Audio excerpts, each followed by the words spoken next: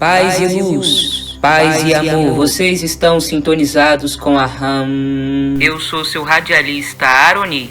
Estamos lendo o livro O Sublime Peregrino do mestre Ramatiz, psicografado pelo médium Hercílio Mães. Capítulo 26. Jesus e os Essênios. Pergunta: podereis dar-nos alguma noção dos ritos ou votos habituais dos essênios nos seus santuários? Ramatiz: os grandes santuários radicavam-se nos montes Carmelo, Hermon, Moabe, Ebat, Tabor e outros de somenos importância, enquanto os pequenos santuários disseminavam-se nas adjacências das encostas montanhosas, em alguns mosteiros abandonados, mas principalmente nas associações rurais e nos lares dos próprios adeptos conhecidos como servidores profanos ou terapeutas do mundo exterior. Ali não se praticavam ritos ou quaisquer liturgias iniciáticas vedadas aos profanos, mas apenas cerimônias singelas de apreciação pública e destinadas a assinalar o ingresso dos neófitos no seio da confraria menor essênia. Os santuários menores é que resolviam os problemas mais simples da fraternidade, pois ali se tratavam enfermos, alimentavam-se famintos e vestiam-se desnudos. À noite, conforme as posses dos hospedeiros, sempre havia a enxerga pobre ou o leito confortável para o discípulo retardatário. O companheiro que chegava e se fazia conhecer como filiado era uma dádiva cultuada por toda a família do chefe servidor do santuário. Ele então merecia o melhor da casa, boa alimentação e bom repouso, enquanto trocavam-se sugestões e notícias ou se faziam projetos de maior divulgação dos princípios generosos da caridade e do amor tão carinhosamente cultivados pelos essênios. Sob tal influência, o cristianismo também revelou entre os seus adeptos um elevado espírito de confraternização e hospedagem afetuosa. Em geral, os terapeutas ou filiados externos reconheciam-se pelo sinal característico de cerrar a mão direita e apontar o dedo indicador para o céu, enquanto os adeptos do círculo interno fechavam o dedo mínimo e o anular, deixando o polegar, o indicador e o médio abertos e erguidos até a altura da cabeça, conforme o próprio Jesus o fazia habitualmente e se pôde verificar pelas estampas católicas. A saudação peculiar preferida entre eles era: "A paz esteja convosco", a qual punha à vontade aquele que fazia parte da comunidade e a seguir respondia: "Seja a paz em ti e em mim, pela graça do Senhor". A consagração dos neófitos para o serviço da fraternidade era processada sob um ritual simples, mas bastante significativo em face do seu elevado simbolismo dominante no ato. Após algum momento de silêncio e o devido ajuste espiritual entre todos os presentes, numa atmosfera de expectativa ante a admissão de novos elementos que passariam a viver as regras superiores, então o servidor menor trazia o jarro e a bacia de louça, ambos imaculadamente brancos e exclusivos para aquele uso, a fim de ser feita a lavagem ou ablução das mãos. Essa cerimônia simples e muito expressiva significava que o neófito purificava suas mãos ao serviço da água, a linfa criadora e a base da vida planetária. Ele se comprometia a jamais conspurcar suas mãos dali por diante em qualquer ação menos digna, pois a água de que se servia, além de magnetizada pelos terapeutas, também recebia a bênção dos anciãos. Aliás, os santuários menores representavam o limiar do templo. O primeiro grau equivalia ao grau de aprendiz da atual maçonaria do rito escocês, e o segundo grau correspondia ao de companheiro. Após o aprendiz ter estagiado 2 anos na filiação preliminar do santuário menor externo e cumprido o voto do bom uso das mãos no mundo profano, sem aviltá-las em práticas viciosas ou atos censuráveis, então podia submeter-se ao cerimonial do segundo grau preliminar. Repetia-se a mesma cena emotiva do primeiro grau, mas desta vez fazia-se a lavagem ou ablução do rosto, cuja cerimônia prolongava o seu voto anterior do bom uso das mãos para o compromisso definitivo de ver, ouvir e falar. Dali por diante, conforme o procedimento e as regras morais da confraria dos essênios. O rito era simples, mas de profunda significação. O noviço prestava um juramento de vida moral superior, enquanto o ato de ablução das mãos e do rosto gravava-se profundamente na sua consciência como sentinela vigilante a acusar-lhe no futuro qualquer negligência em sua promessa. Ambas as cerimônias findavam-se pela concentração do neófito sobre a luz da lâmpada votiva empunhada pelo servidor do santuário, cuja luz então simbolizava a fonte luminescente do Espírito de Deus a se irradiar por todas as criaturas. Finalmente, ele então pronunciava as seguintes palavras como um termo de consagração e de compromisso moral dos estatutos dos essênios. Abre aspas. Deus Todo-Poderoso, que vitalizais com a vossa energia cósmica a mente e o coração dos homens, vossos servos. Aceitai o voto sagrado que vos é feito por este humilde servidor, que se compromete a aumentar de 2 horas o seu serviço para aliviar os leprosos, socorrer os órfãos, confortar os paralíticos, orar pelos loucos e consagrar-se aos desvalidos, enfermos e perturbados. Senhor, ajudai-me a cumprir a vossa vontade no mundo da matéria e despertar em mim a chama eterna do vosso amor. Fecha aspas. Em seguida, um adepto consagrado em grau superior acendia o círio do sacrifício da grande lâmpada sagrada, enquanto o servidor do santuário familiar pousava suas mãos na cabeça de cada neófito ou candidato a terapeuta, pronunciando as seguintes palavras, que completavam o testemunho do compromisso espiritual da instituição. Abre aspas. Seja tua vida conforme a lei do Senhor, Criador da vida. As energias benfeitoras absorvidas pelas tuas mãos ou espargidas em teu rosto, neste dia, hão de servir-te para aliviar as dores físicas dos nossos irmãos necessitados, até que a florescência do amor possa ajudar-te a aliviá-los em espírito. Pergunta: e ser-vos-á possível descrever-nos algo do cerimonial dos candidatos admitidos no círculo interno dos essênios? Ramatiz: não podemos nos alongar em minúcias iniciáticas e violar regras que tinham por finalidade testemunhar aos mestres as reações emotivas, a capacidade mental e o discernimento espiritual dos seus adeptos, cuja ordem fraternista ainda existe no mundo oculto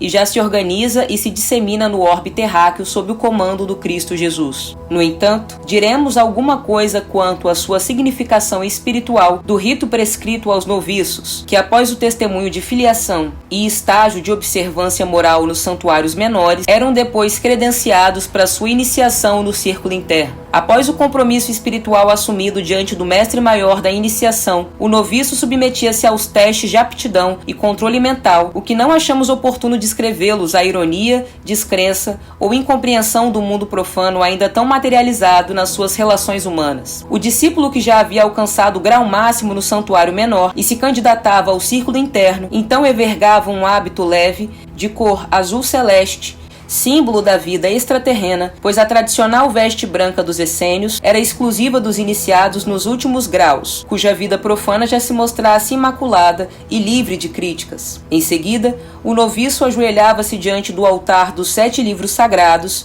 os quais simbolizavam e aludiam ao trabalho operoso dos 7 maiores profetas da Terra e das 7 instituições fraternistas responsáveis pela evolução espiritual do homem. Ele submetia-se à purificação simbólica pelo incenso extraído do sândalo e depois se concentrava invocando os senhores dos destinos humanos e rogando permissão para devotar-se também à tarefa de esclarecer o espírito do homem, além do compromisso anterior de aliviar-lhe as dores físicas. Essa face era a consagração definitiva do homem novo, cidadão sidério, que dali por diante passaria a operar só em função da vida eterna e superando cada vez mais o homem velho do instinto animal. O ingresso no círculo interno desfazia os laços e as ligações da personalidade humana com as especulações utilitaristas da vida material, pois o essênio, dali por diante, transformava-se numa peça viva da confraria a serviço incondicional da redenção do espírito humano. Quando o ambiente dos santuários maiores se saturava de vibrações puras e energéticas pela presença de iniciados de alto quilate espiritual ou de visitantes da estirpe de Jesus, então ali se condensava ectoplasma suficiente para proporcionar a materialização de entidades superiores e a produção da voz direta. Isso sucedeu na transfiguração do Monte Tabor, porque ali também se congregavam muitos anciãos do Conselho Supremo da Confraria dos Essênios. Então o influxo das vibrações angélicas de Jesus, conjugadas às energias emanadas dos iniciados dos demais santuários, produziram a tela ectoplásmica hipersensível, que permitiu aos espíritos de Elias e Moisés projetarem as suas características pessoais, dando o testemunho de que também haviam sido precursores da obra de Jesus, embora operando apenas na lavradura do terreno.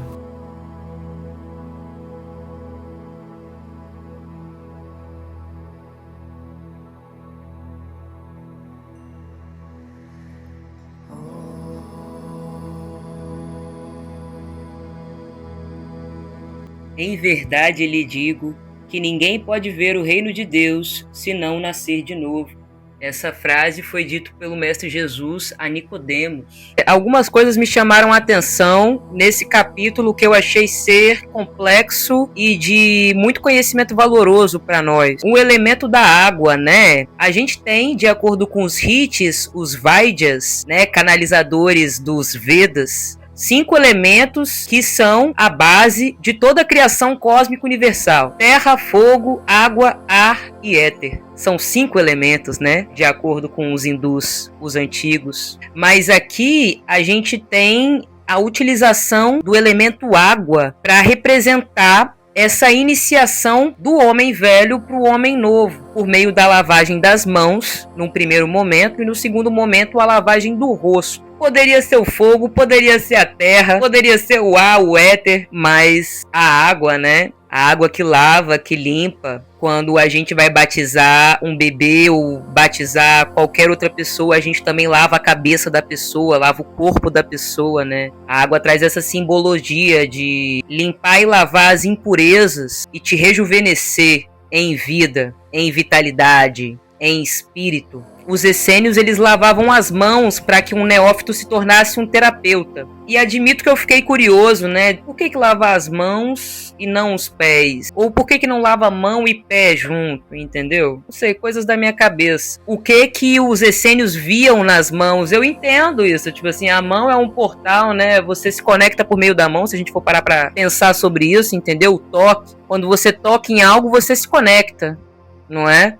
Aquela energia daquele algo você recebe por meio dos chakras das suas mãos, entendeu? Quando você toca numa pessoa, eu acho que deve ser a partir desse sentido do tipo, a partir de agora, depois que você lavou suas mãos, toque com cuidado e saiba aonde você vai tocar, como você toca e por que você vai tocar, porque agora você está consagrado. A segunda coisa que eu achei muito interessante foi Ramati se referindo ao homem novo como o cidadão sidéreo e o homem velho como o homem instintivo que está preso aos instintos animais, né? Que basicamente só come, urina, defeca, transa, trabalha e vive uma vida assim, entre aspas, medíocre. Que basicamente é a vida que a gente vive aqui no planeta Terra. Pô, isso te faz pensar, caraca, mano, eu sou medíocre. Eu sou o homem velho. Mano, e se tem o homem velho, é porque tem o homem novo. Bota fé. A gente tem que saber quem a gente é na fila do pão. E basicamente é isso, né? Esse conhecimento de que a nossa sociedade vibra em algo que está em transformação. Graças a Deus, o universo todo está em transformação constantemente, desde o seu início. E estamos aqui para nos aprimorar e nos preparar para a chegada desse homem novo dentro de nós mesmos. Esse homem novo, ele vai nascer dentro de nós mesmos. É o cidadão sidério. Sidério de sideral. Sidério de universal. Isso significa que esse homem novo, ele é um homem universal. Ele não é da Terra. Ele não tem suas raízes no planeta Terra. Ele não é terráqueo. Esse homem novo, ele tem suas raízes no espírito. Ele é filho da força criadora, da fonte primordial, da inteligência superior que criou toda a criação cósmica universal. Botafé, ele se reconhece assim. Mas essa passagem do homem velho para o homem novo se dava na época por meio do neófito que, depois de um primeiro momento de iniciação, ele se tornava terapeuta. Depois de 2 anos servindo no santuário menor, ele podia se candidatar para se tornar um essênio do círculo interno. E aí, nesse momento de iniciação, para ele se tornar um integrante do círculo interno, ele lavava o rosto e aí fazia todos os votos, passava por alguns testes de aptidões que Ramatiz fala que ele não quis revelar pra gente. E eu fiquei me perguntando o que é, se era sinistro, se não é sinistro. Ó, deve ser porreto os testes dos caras, viu, mano? Pra testar a sua capacidade de controle mental. E aí, após isso, estava ali manifestado a morte do ego e a transição do homem velho pro homem novo, o cidadão sidéreo, que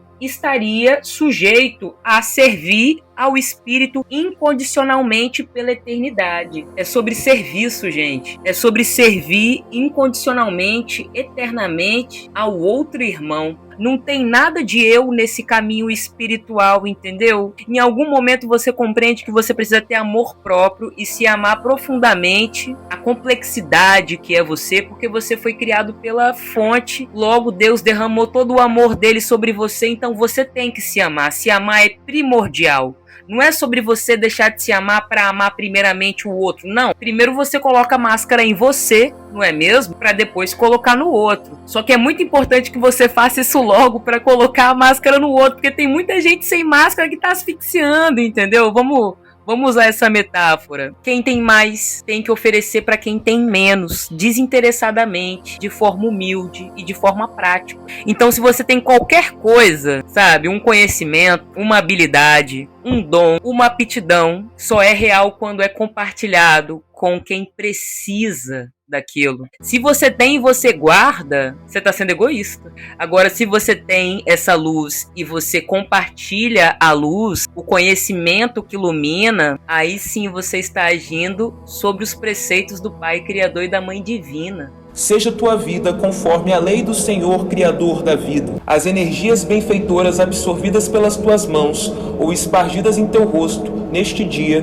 hão de servir-te para aliviar as dores físicas dos nossos irmãos necessitados, até que a florescência do amor possa ajudar-te a aliviá-los em espírito. Seja tua vida conforme a lei do Senhor Criador da vida. Eu achei de arrepiar isso, eu gostei demais disso, entendeu? Achei muito lindo. Um dia, todos nós teremos que fazer a transição do homem velho para o homem novo. Iniciado, não iniciado, não vai ter para onde fugir, entendeu? Uns farão essa transição mais rápido, despertarão mais cedo. Outros farão essa transição num outro momento. Mas todos, sem exceção, um dia se tornarão cidadãos sidérios, homens universais, sem raízes num planeta ou em outro, porque a raiz estará no coração de Deus, de onde todos viemos e para onde um dia retornaremos, graças a Deus. Eu sou seu radialista Aroni, vocês estão sintonizados com a Rádio Andrômeda. Câmbio, desligo.